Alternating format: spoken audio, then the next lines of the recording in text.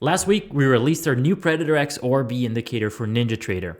And since then, we've received quite a few requests over the last few days.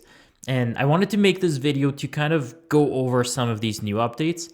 And these updates are mainly functionality upgrades that are going to make setting up just a whole lot easier. But before we do get started, if you're looking for a free trial of this ORB indicator or our order entry system that can automate this indicator and many other ones as well, all at the click of a button, all links for everything are going to be down below. But with that, let's head to our chart. For our first update, it has to do with when our opening range actually starts building. So as many of you have pointed out over on Discord, NinjaTrader timestamps their bars based on the closing of a candle. So what ends up happening is our opening range seems to always start with one bar earlier than what we're actually intending. So let me show you an example to show you exactly what I mean. So here I have our two opening ranges set up. On the left hand side is the Predator X ORB. This is the new version with the latest updates. And on the right hand side is the free opening range indicator that you can also find on our website. So let's take a quick look at the free opening range indicator.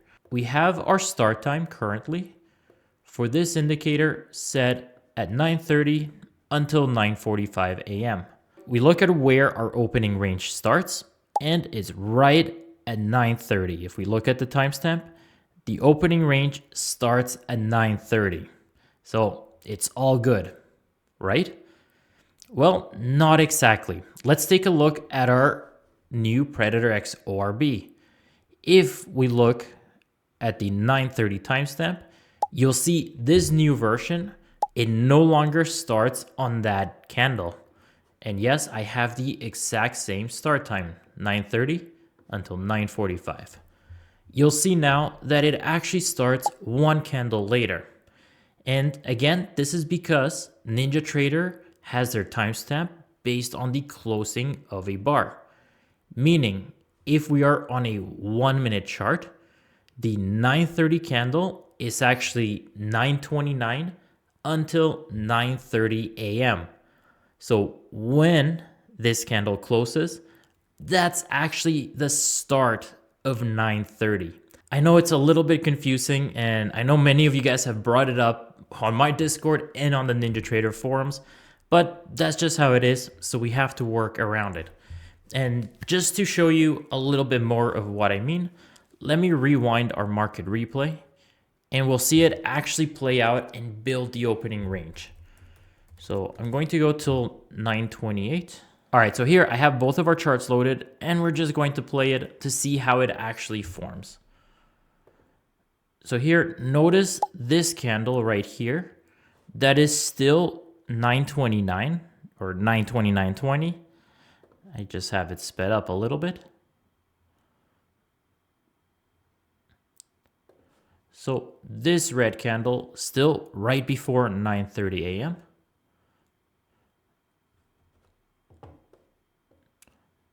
So now you can see some plots started here on the right hand side.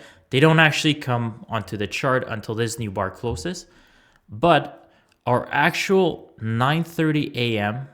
start time should be starting from here to this bar right here. However, let's wait until this bar closes. And now we can see our opening range starts. So we can see with the free ORB indicator, it actually started with this bar up here. It marked this as the highest point. That's your opening range here. Even though, like we just saw, this bar was forming between 9:29 until the closing price of 9:30. And then in contrast, if we look at our new Predator X ORB, we can see our actual start time for our opening range was the actual 9:30 candle.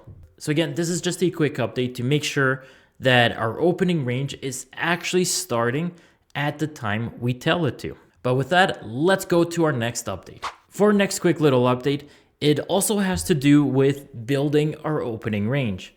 Now, traditionally, the opening range is based on the highest and the lowest point of the range selected. So that includes any wick that's the high or any wick that's the lowest. But what I have received some requests for over the last few days is the ability to set our opening range, but only based on the highest or lowest closing price. So now if you look down here to your calculation mode, you're going to find a few more options. So if we change this to calculate ORB close, it's just going to get the highest and lowest closing price of that range selected. So over here, this was the start of our 930 candle. This was the closing price. That's where it starts. So then it just gets whatever is the highest or lowest closing price of that range. So as you can see, it just ignores all the little wicks here. And as we make new closing highs, that's where it's going to set our opening range. And then I added just one more option, and that is the ability to calculate our opening range based on the highest or lowest body. So that is the highest closing or opening price. So let's change that. And now it's going to be very similar to the closing, but now we're going to get the entire body. So it doesn't really matter if the opening or the closing price was higher or lower. As long as it's part of that body, it's going to be calculated into our opening range. So here, same thing, it includes the opening price. This was the highest point. And then it's just the lowest point between all the opening or closing prices. And then again, that ignores all these little wicks as well. And guys, I'm not here to say which one's better or worse. Use whatever works best for your strategy. And now for our final sort of functional update, has to do with the breakout signals, or more the skipping certain breakout signals. With the original Predator X ORB version, you could still skip your initial entry signals with your breakouts.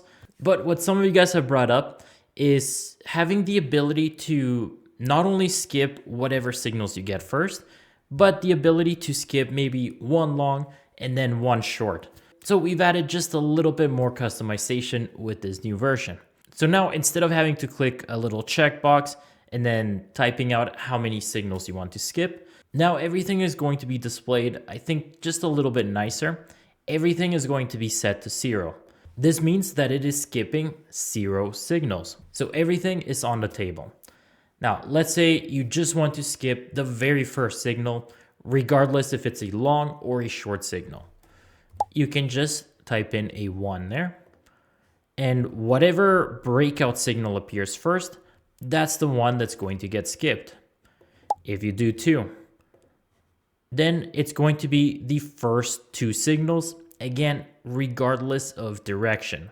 And all the skipped signals, they will appear as this yellow color. And that's just to let you know, hey, there's been a signal here, but it's just going to prevent the Predator X order entry from actually automating and taking that trade. But now let's say we just want to skip longs. We can just type 1 in there and it's just going to skip the long. If we do a value of 2 here with the rest at 0, then it's just going to skip the first 2 long signals. And it's the complete opposite for the shorts. If we do a value of 2 for the shorts, then it's going to skip the first 2 shorts.